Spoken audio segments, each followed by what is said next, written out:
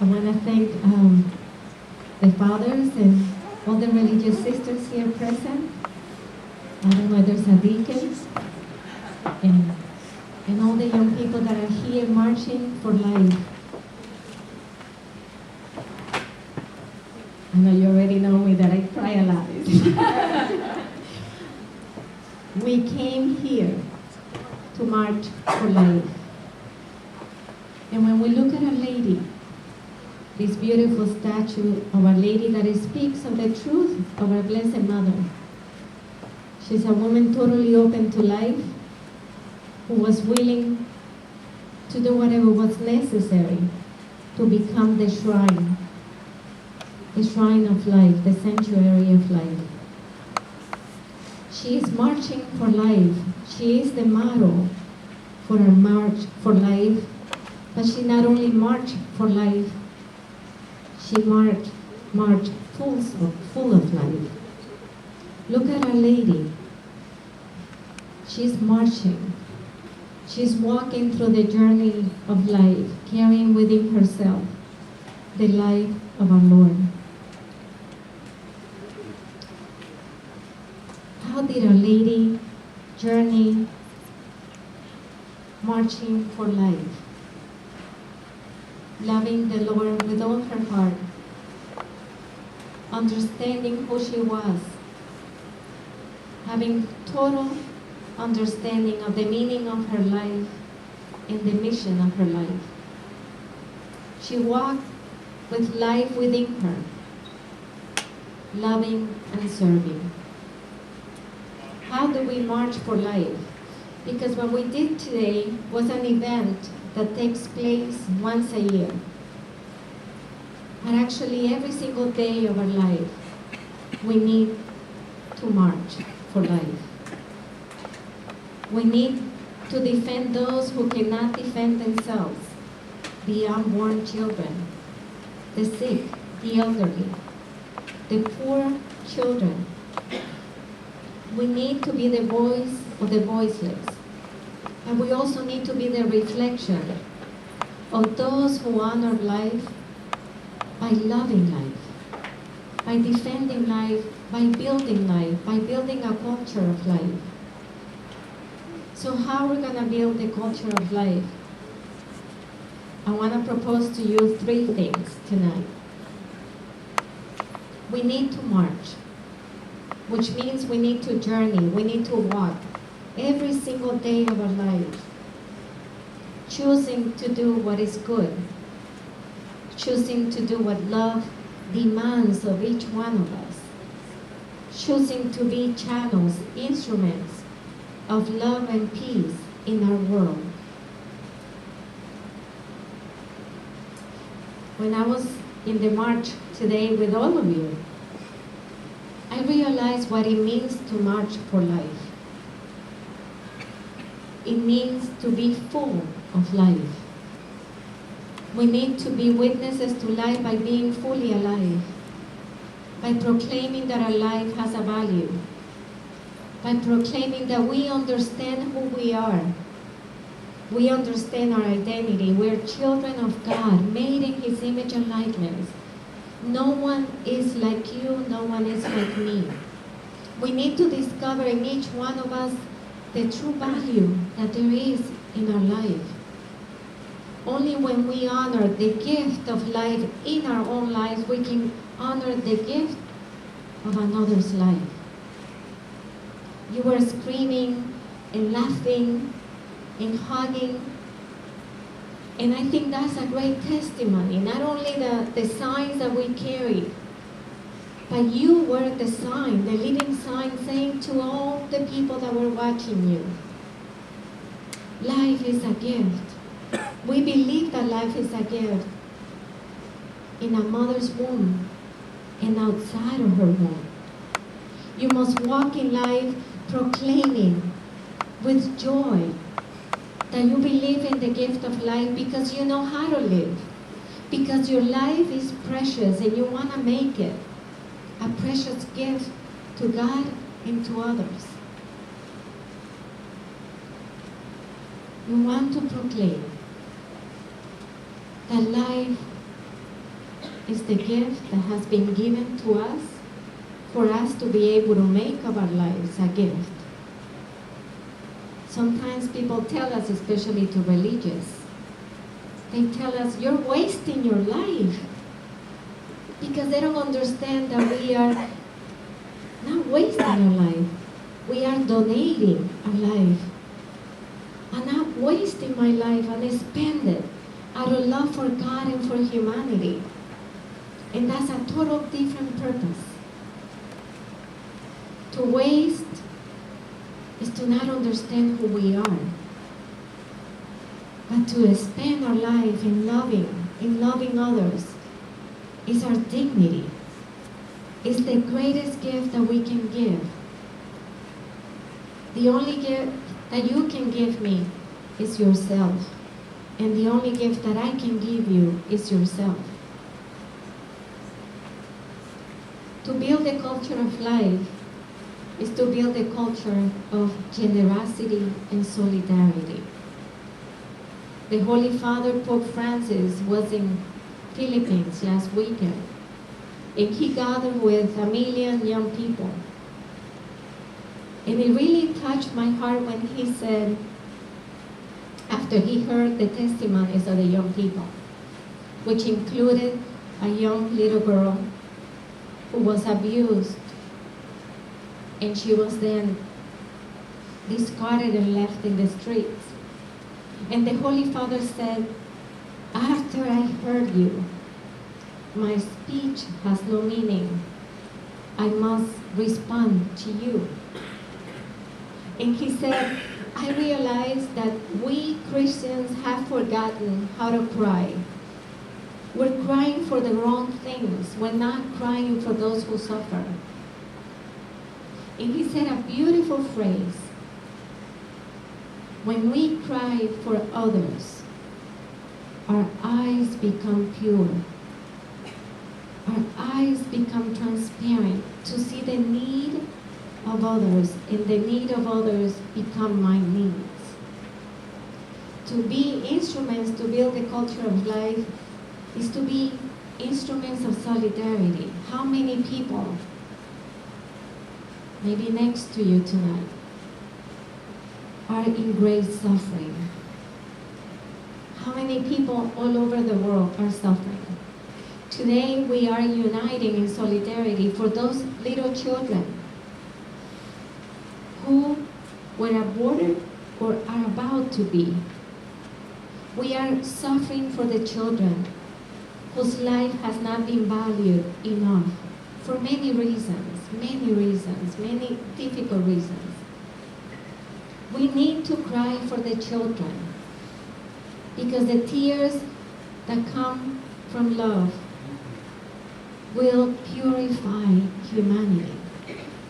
We need to build solidarity by being concerned for one another. You are to be concerned for one another.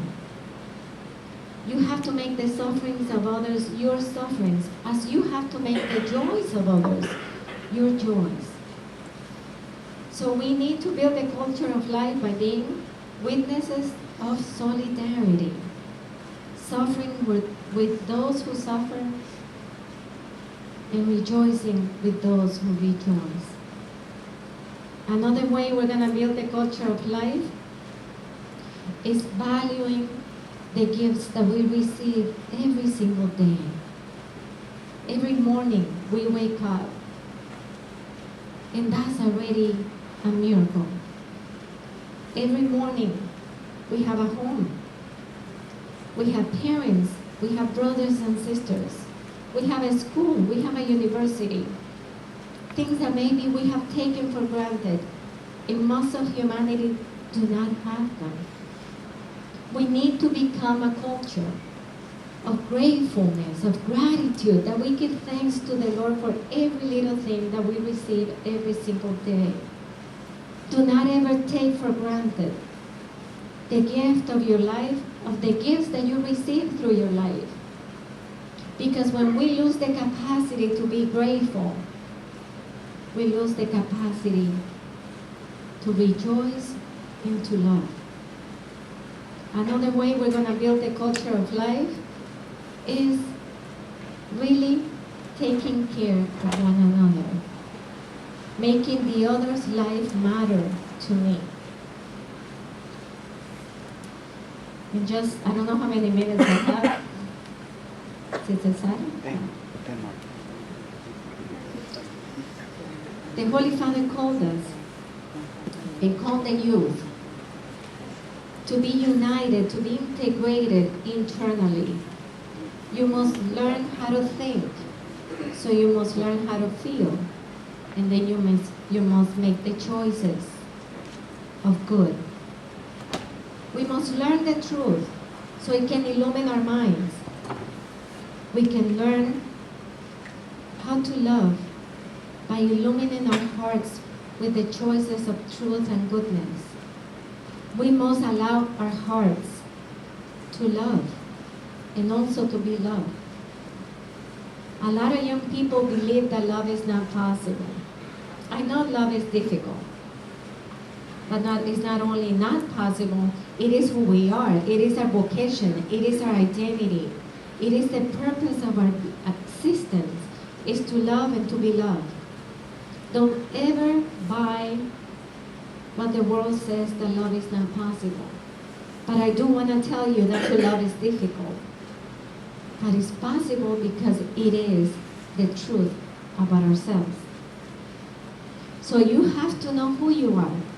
You have to know the truth about your identity, and that will illumine your mind. But then it has to come to your heart. And you must choose at all times to do good. It is your choice. Somebody was asking me today when we were walking, there was a lady that approached me and said, "Why are you not pro-choice?" And I said, "I am. It's just that I choose to love, and I choose for life." And we must be able to give that answer when people come to you and say, "You're not pro-choice." Yes, we are. What kind of choice do we make? We should make a choice that is worthy of the human person. A choice of love, a choice of truth, a choice of goodness. And you have the capacity to make it. And don't ever believe that you're not capable of making good choices and making choices that are worthy of your dignity. So once you believe in the truth, you must make it your home. You must make your heart a home of truth. So then you can conceive life, which is based on the choices you make every single day. Every single day you can make a lot of choices for life. When you smile at someone that is sad, when you lend, I was going to say your pencils, that was about 30 years ago, when you lend your iPads to your classmates, when you understand a class and then you make yourself available for those who are having a hard time understanding it. When you want to give the best of yourselves, you're making a choice for love.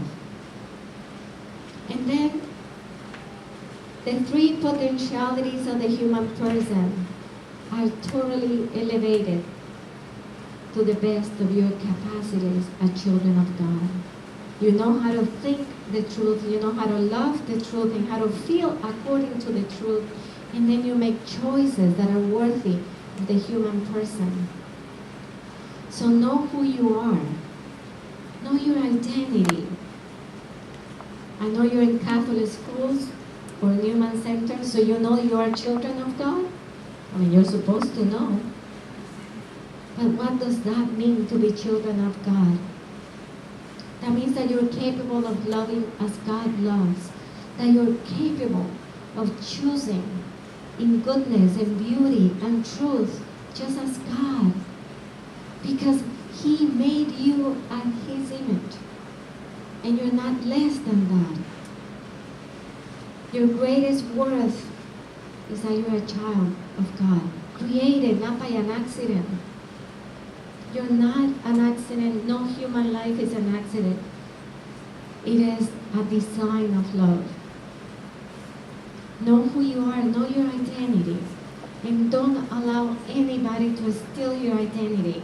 And don't allow anybody to define you. Because I find a lot of that problem in the young people. If your friends don't like you, that means you're not lovable. Well, some friends won't like you, and some friends will like you. But what people do with you don't define you. People did not conceive you. It was God through the loving action of your parents.